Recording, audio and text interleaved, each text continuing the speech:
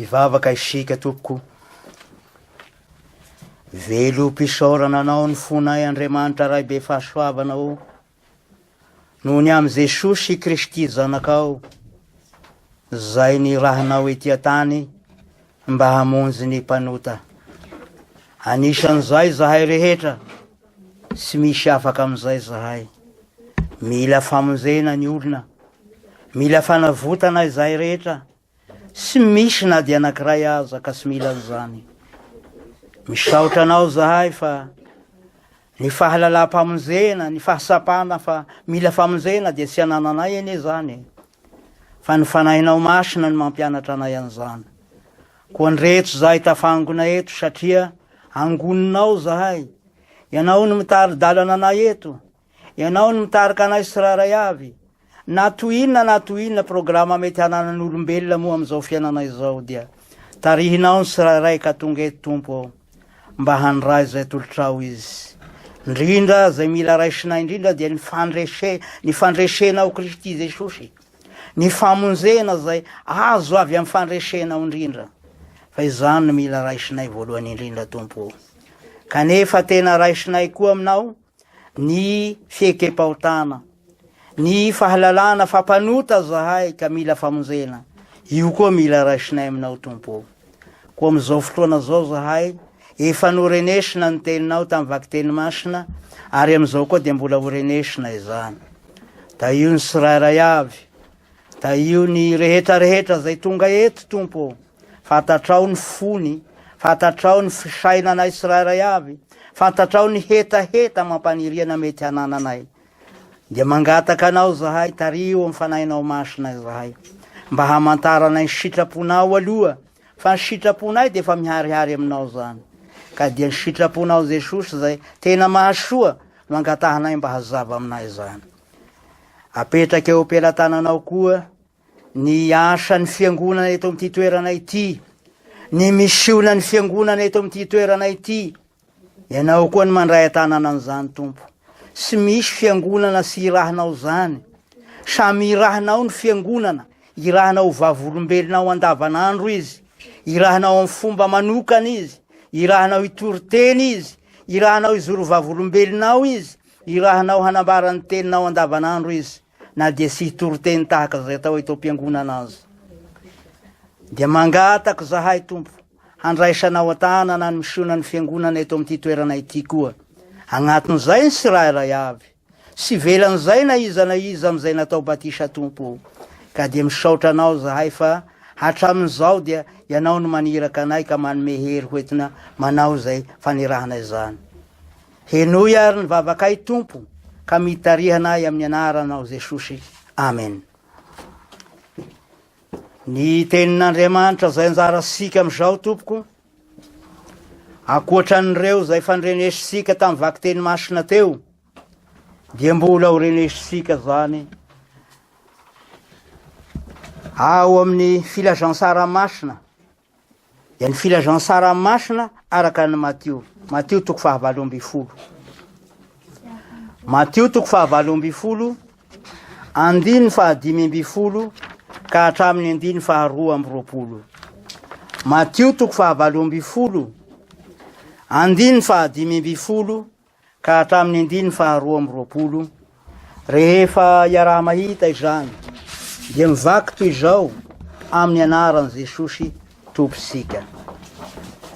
Fa raha manota aminao ny rahalahinao dia makalesany aminy, ka rehefa mitokana ianareo roalahy dia asehoy azy ny fahadisoany. Raha miaino anao izy dia efa azonao ny rahalahinao, fa raha sy miaino anao kosa izy dia ento miaraka aminao ny olona iray na roa mba ho voaolona mafy avokoa ny teny rehetra amin'ny teny vavolombelona 2 na 3. Ary raha sy mety miaino anao izy dia ambarao amin'ny fiangonana. Ary raha sy mety miaino ny fiangonana koa izy dia ao ka ataonao tahaka ny zentilisa sy ny mpamory hetra izy. Lazaiko aminao, marina tokoa na inona fezinareo ety ambony tany dia ho fehezina ny an-danitra. Ary na inona vahanareo ety ambony tany dia ho vahana ny an-danitra. Ary lazaiko aminareo koa, raha misy roa aminareo mifanaiky ety ambony tany na amin'inona na amin'inona, ka angataky zany dia ho azy ny avy am'raiko zany an-danitra izany. Fa naiza ny angonandroa na telo amin'ny anarako, dia eo afovoany aho.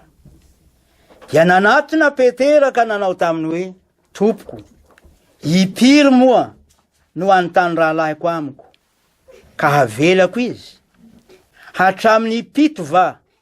Fa hoy Jesosy taminy, sy lazaiko aminao hoe hatramin'ny 7 fa hatramin'ny 7 amby 70. Ry ray masinao, mana masinanay amin'ny fahamarinana, fa ny teninao no fahamarinana. Amen.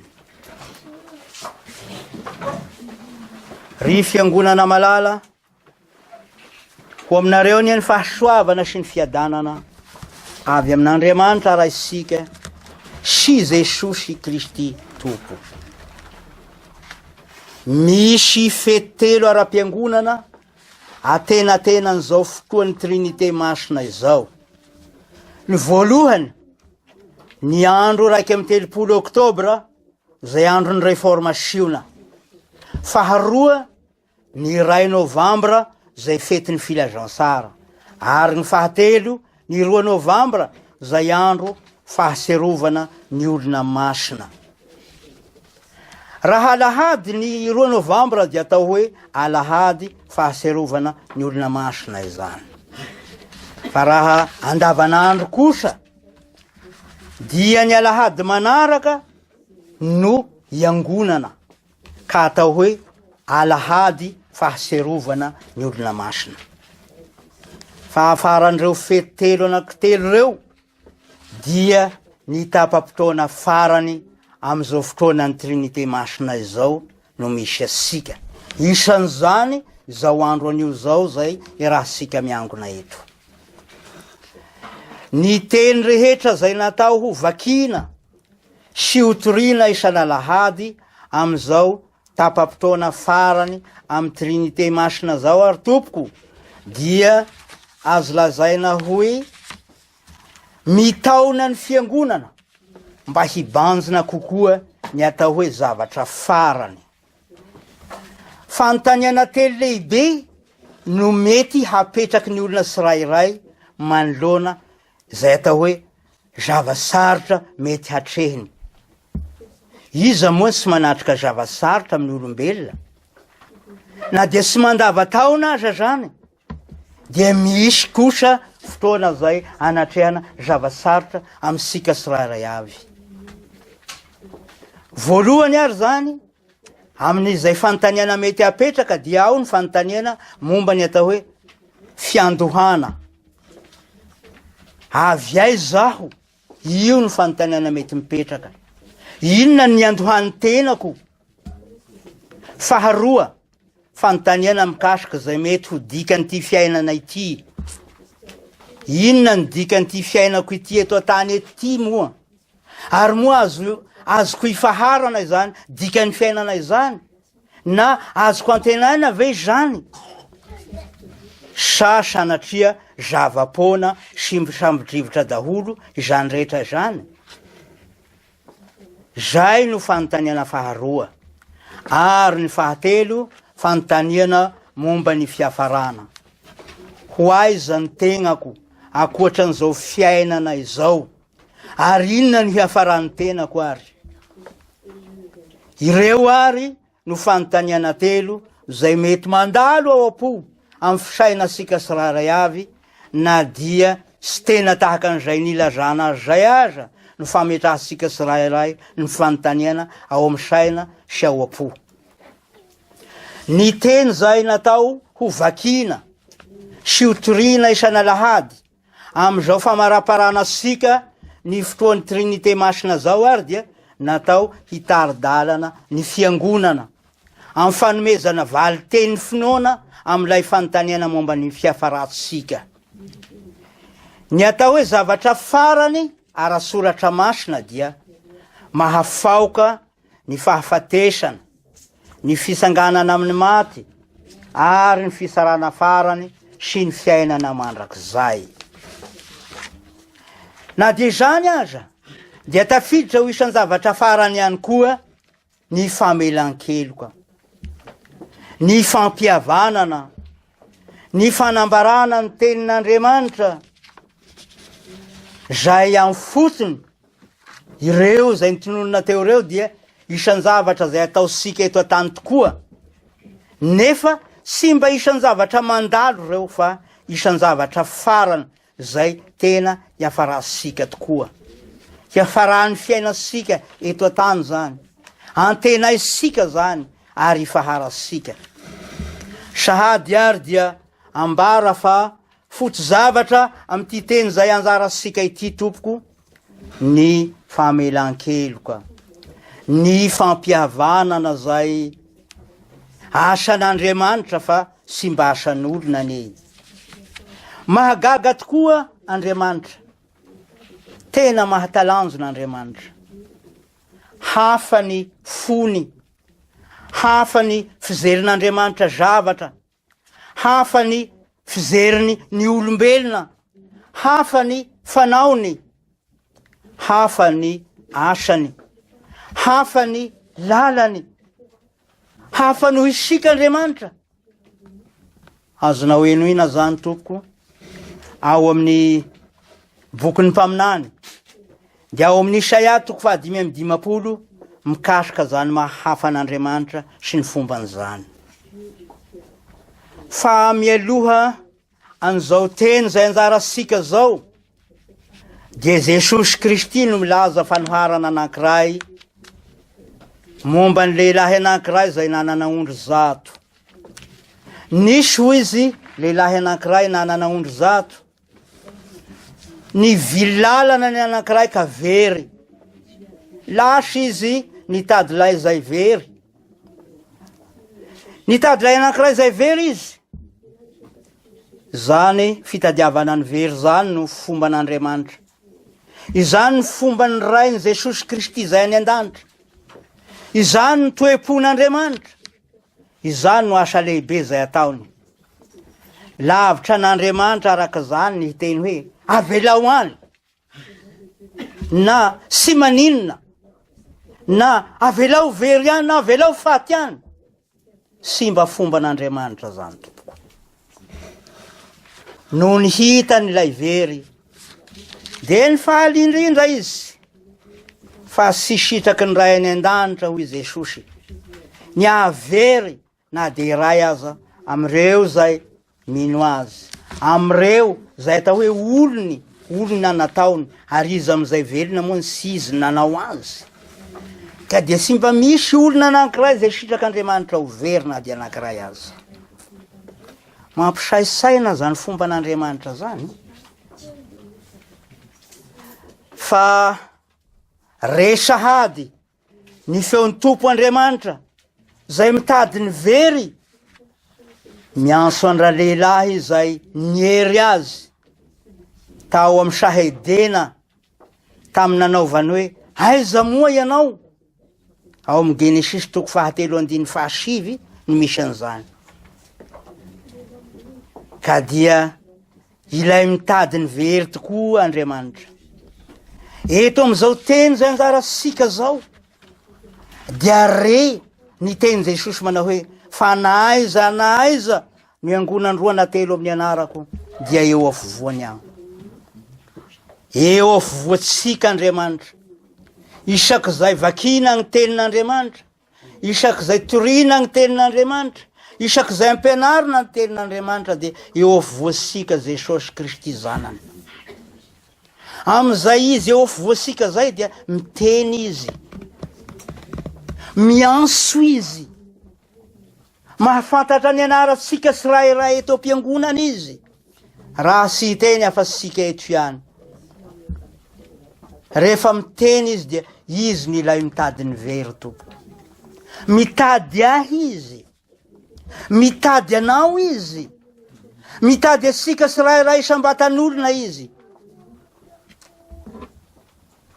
mitady ny very izy, sy ny eritreritro akory ny sy havery ahy. Raha izaho miteny hoe zaho sy mba very, sy zany sy hahavery ahy eo anatrehan'Andriamanitra fa very ihany ny olona na inona lazainy na inona saisainy dia olombery isika tompoko. Jesosy manangona asika, Jesosy mamory asika zay olombery angoniny amin'ny toerana tahaka antonisika. Mbola mitohy zany ny fomba n'Andriamanitra ilay mitady ny very amin'ny anangonany asika tahaka an'izany. Isika zay tafavory eto ankehitriny, eto Jesosy tompoko, sy mandainga ny teniny fa naiza hoy angonany roa na telo amin'ny anarany kosa, fa sy amin'ny anaran'ny zavatra hafa, sy amin'ny zavatra hafa na inona fa amin'ny anaran'i Jesosy, dia eto afovoasika Jesosy. Zay no zavatra mahafaly kosa, zay no zavatra maharavoravo fo. Jesosy mamory asika, Jesosy manangona asika, Jesosy mianso asika. Kanefa mihoatra lavitra noho izany no ambaran'i Jesosy eto. Jesosy rehefa misangana eto voasika izy, na dia sy resika aza ny feony, na dia sy hitasika maso aza izy, dia ny fanahy masina kosa no mampandre asika ny feon'i Jesosy. Ny fanahy masina no mampandre asika ny teny Jesosy. Jesosy mianso asika, Jesosy mitaona asika, Jesosy mampiaiky heloka atsika, Jesosy mampiaiky fahadisoana asika, Jesosy mampiavana asika. Zany Jesosy, izy no tena zokitsika, izy no tena rahalahtsika zay manatona asika. Izy no manatona asika, izy no makany amsika, izy no manakaiky asika ka mampiaiky heloka atsika. Hatrany ene, sy ny ray mandeha, sy ny roa mandeha fa matetika zany. Raha mba misy ny olona sy mba mety kivy, Jesosy zany tompoko. Mianara amin'ny Jesosy, sy mianatra amin'ny hafa fa Jesosy. Iza moa sy tratry ny fahakiviana, iza moa sy tratry ny fahatrotrana. Rehefa mila hotrotraka dia fatatrika ihany ny toe-panahysika rehefa trotraka zay sika. Mianara amin'ny Jesosy, izy no ilay sy mba mety vizaka, izy no ilay sy mba mety kivy, izy no ilay sy mba mety trotraka. Sy kivy izy amin'ny fitadiavana ansika.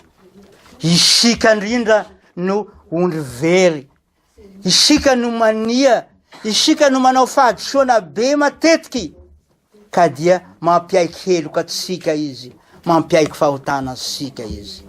Zay Jesosy, kanefa sy zay ihany Jesosy tompoko. Fa raha mandresika an'ilay fanoharana nataon'i Jesosy teo zay nolazain'i Jesosy amin'ny ankapobeny dia zao, sy mba resika ny hoe rehefa nahita ny ondry izy dia nokapohiny mafy zany, nataony zay afay azy. Sy mba nanao an'izany izy, sy mba nanavokavoka azy izy tamin'ny karavasy na ny tahaka an'izany, fa nansoiny tamin'ny anarany ny ondriny. Ny mpiandry ondry teo amin'ny tasinanana dia mana mianso ny ondry sy rairay amin'ny anarany, mahafantatra ny ondriny izy, ary ny ondry mahafantatra ny feony, sady mahafantatra ny anarany raha teo. No raisiny ny ondriny, natao ny asoroka ny ondriny, dia lasa izy sady faly indrindra nahita azy. Ka amizay dia misy famelan-keloka any, misy famelan-keloka lehibe am'izany. Mba fantasika moa ny fomba n'Andriamanitra rehefa mamela heloka. Ny fomba sika moa zay sy misy maharasy azy ihany, kanefa samy hafa amin'ny fomba n'Andriamanitra dia lazaina ihany zany. Rehefa sika zany te hamela heloka dia zao, mbola hanao sa sy hanao sony anao? Mbola hamerina sa sy hamerina sony anao? Dia hoy ilay olona, sy hanao sony ah, eny ary. Tena tadidio ny tantarany zanak'Adala tompoko. Ny tantarany zanak'Adala dia zao, rehefa niverina tamin'ny ray nylay zanakadala de nitraisaina hoe ifona amy dada koa ka ataony hoe ataoko hoe aza atao zanakao sony afa atao tahaka ny anankiray ampiasanao ao trano pikarama rehefa nifona tokoa izy teo anatrany ray ny rainy ene sy ny haino azy fa ny fitiavany rainy azy ny tena be nampandio azy ny rainy nampihaingo azy ny rainy nampitafy sara azy ny rainy namela heloko azy zany hoe ny fiaikepahotana mazana dia sy mialohan'ny famelan-keloko ny famelan-keloko azy zany matetika alohan'ny fiaikepahotana zay ny an'Andriamanitra zay ny an'Andriamanitra tompo isika io na de sy mahalala miaiky ny heloko asika azy hitan'Andriamanitra ihany ny fosika na de sy mahay manambara azy isika dia efa manambara ny famelan-keloka ao anatiny ao Andriamanitra zay ny fomba an'Andriamanitra sy mba ny hainy ny fifonany zanany akory ilay rangahy ka dia zay ny fomba an'Andriamanitra zay mamela heloka tena fitiavana manahoana zany Jesosy ka izao ny fiatraikany zany zavatra zany amsika kosa dia misy tompoko ny fihenona tenin'Andriamanitra no lakile ny fifampihenoasika amin'ny fiangonana rehefa sika ny sy mifampihainy dia ndraindray dia ny tenin'Andriamanitra ny tena sy resika sony re amin'ny fomba ivelany zany kanefa sy tena re ara-panahy tahaka an'izany koa rehefa sika ny sy mahay mifamela heloka dia zao ny famelan-keloka zay omen'Andriamanitra ny tena sy raisitsika ka dia am'izay dia sy misy fifamelan-keloka amsika tahaka an'izany rehefa sika ny sy mahay miaiky ny heloka sika amin'ny namasika iza moa ny sy tratran'izany iza moa ny sy mba manan-keloka am'ty tany ty feno ota ty tany ty ary mavesa-keloka ny olona tsirairay avy samy manao heloka amin'ny namany sika tsirairay avy fa izao ny olona miaiky heloka zany dia mahasiaro ny hasaribidiny famelan-keloka omeny Jesosy azy izy tahaka an'izay ny olona miaiky heloka amin'ny namany ny olona miaiky fahadisoana amin'ny namany dia zao vokatry ny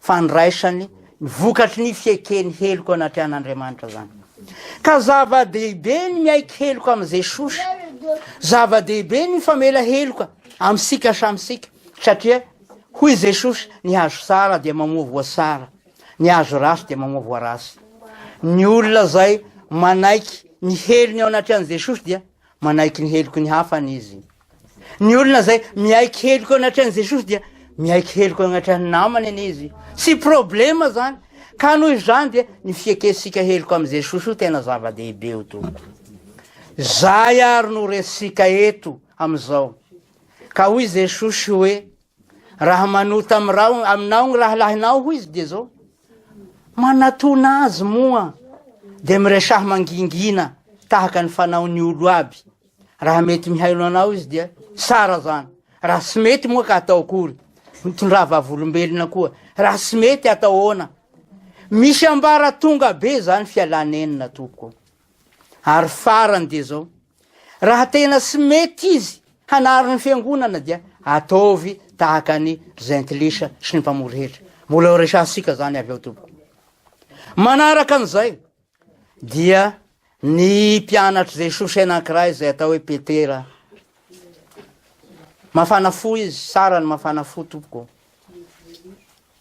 mangasiapo koa dia indraindray manahirana ny olona mangasiapo dia ny olona fo vato ane zany ny olona mafana fo koa dia indraindray dia mandroandroatra be loatra koa ka samy misy tafahoatra amin'izy roa ka zao Petera mafana fo dia niteny hoe hatramin'ny piry moa no hanontany raha lahiko amiko ka havelako izy hatramin'ny piry dia hoy Jesosy hoe sy ataoko hoe hatramin'ny pito satria zay no fomba ny tamin'ny fotoan'andro hoe rehefa manota ipito dia mba fa be zay aza mamela sony fa hoy Jesosy hoe hatramin'ny pito imbesaka hatramin'ny pito imbesaka no atao zany hoe sisy fetra isaky zay miaiky ny fahotany ny olona dia mamela heloka tompoko fa sy nomena fahefana hitakeloka ny kristiana. Ny kristiana zany sy mena fahefana hitakeloka mihitsy mba fahefana io. Raha sanatria ka fahefan'Andriamanitra zany dia anazy Andriamanitra any zany fahefan'Andriamanitra zany fa sy asika. Fa Andriamanitra dia sy mba mitankeloka, mamela heloka izy. Hitasika mitantarany zanak'adala zany. Fa zao mila miaiky fahotana. Rehefa miaiky fahotana ny olona dia zava-dehibe zany. Rehefa mamela ny fahotana koa ny olona anankiray dia zava-dehibe zany. Io no nilazasika tamin'ny fiantoana teo hoe isan'ny zavatra farany ane ty famelan-keloka ty tompoko. Io no antenaisika. Io no hiafarasika. Io no raha piso, io no ho avy. Raha sy mandray famelan-keloka amizao dia mihidy ny lanitra. Raha sy miay keloka amizao dia dia mihidy ny varavaran'ny fanjakan'Andriamanitra amizay. Ka dia zao zava-dehibe ny mbola ananasika fotoana mba hibebahana, mba hiekena fahotana, mba hifamelan-keloka amty fiainana ity. Ny zavatra rehetra mandalo daholo, ny akanjo mety rovotra, ny tena mety marary, ny inona na inona ny vola mety lany, fa ny famelan-keloka sarobidy tompoko. Sarobidy zany, tena sarobidy zany ka sy azo ataoko totoa. Dia mila mifamela heloka sika rehetra. Zay no filazantsara lehibe eto. Zavatra farany eny zany. Zavatra momba ny farany zany. Mifamela heloka, mihavana. Jesosy no ilay zanak'Andriamanitra. Izy no ilay tonga mampihavana ny ray amsika. Isika zay fa fahavalo dia nampihavan'ny Jesosy.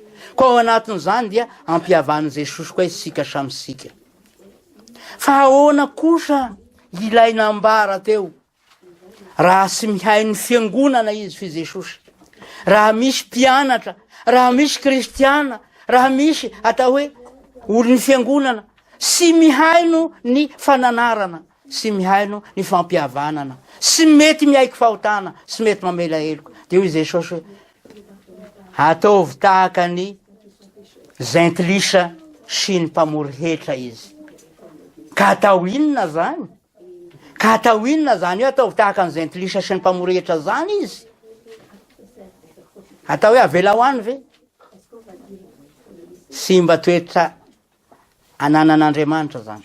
Sy mba toepon'Andriamanitra zany man hoe avela ho any. Avela ho very any. Sy fombany zany. Fa izao ny mpamory hetra sy ny zentilisa dia heverina hoe olona sy mahalala moa. Olona sy mahafantatra, olona ny velany, olona tomina zany. Zay ny mpamory hetra sy ny zentilisa. Sokaziny olona sy mahalala, sokaziny olona sy mahafantatra. Zany hoe raha misy zaza kely ho isika. Ny zaza kely atao hoe ray taona sy tapany, manimba zavatra ty zao. Besaka amin'ny zavatra ataony eny sy fantany. Besaka amin'ny zavatra ataony sy fantany akory.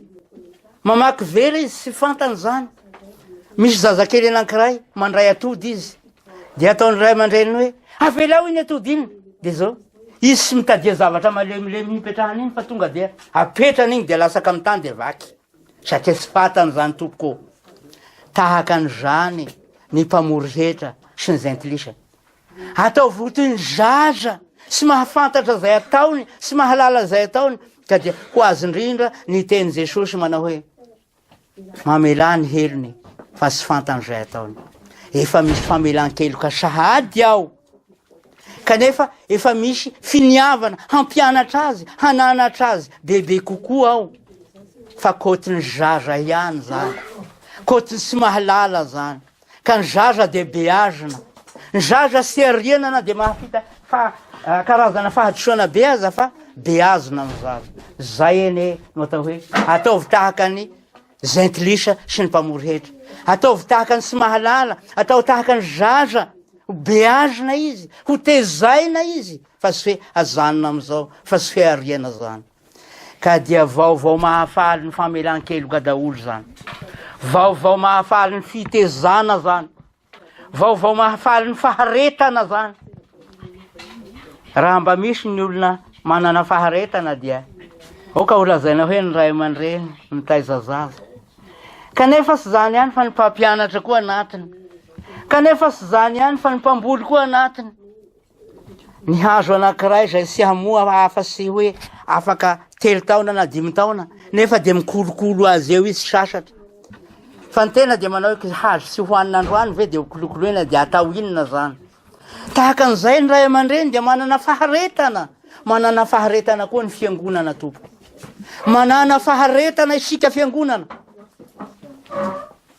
Ny tenako ny tenanao ny tena sika tsirairay avy io ane, samy misy itezany tsirairay asika, samy misy itezany tsirairay asika. Eto am-pamaranana de ambara fa ny faharetana koa dia anisan'ny toetra sy misaraka amin'ny famelan-keloka sy ny fampihavanana. Mila faharetana ihany tokoa ane, mila faharetana isika tsirairay avy. Ny faharetana dia toy izao ny ilazana azy. Araka ny lazain'ny mpandinika anankiray dia ny fampitondra ny kristianina. Ny kristianina tsirairay dia tsy azo iainana raha tsy misy anankiray mitondra azy na ny maro mitondra azy. Isika tsirairay io dia entin'olona dia azo atao ny miaina ansika, azo iainana isika satria misy olona mitondra asika ambavaka, misy olona mitondra asika ara-panahy, misy olona mitondra asika amin'ny fiainana andavanandro zay tsy fantatsika. Ka dia aoka isika hifampitondra tompoko, ao isika hanana faharetana tokoa, aoka isika hifamela heloka fa zavatra azo hifaharana ny famelan-keloka. Raha tsy manana famelan-keloka eto an-tany sika dia tsy manana famelan-keloka any an-danitra dia aiza moa ny hahatongavana any. Mihidy ny varavaran'ny fanjakan'Andriamanitra dia sarotra zany tompoko. Voninahitra ny eo an'Andriamanitra raha sanaka ary fanahy masina. Zay hatramin'ny taloha indrindra ka ho mandrakizay. Raiso ny fitaiana. Ho aminareo rehetra ny fahasoavana, dia ny fahasoavan'i Jesosy Kristy Tompo, ny fitiavan'Andriamanitra ray ary ny firaisana amin'ny fanahy masina hatramin'izao ka ho mandrakizay. Amen.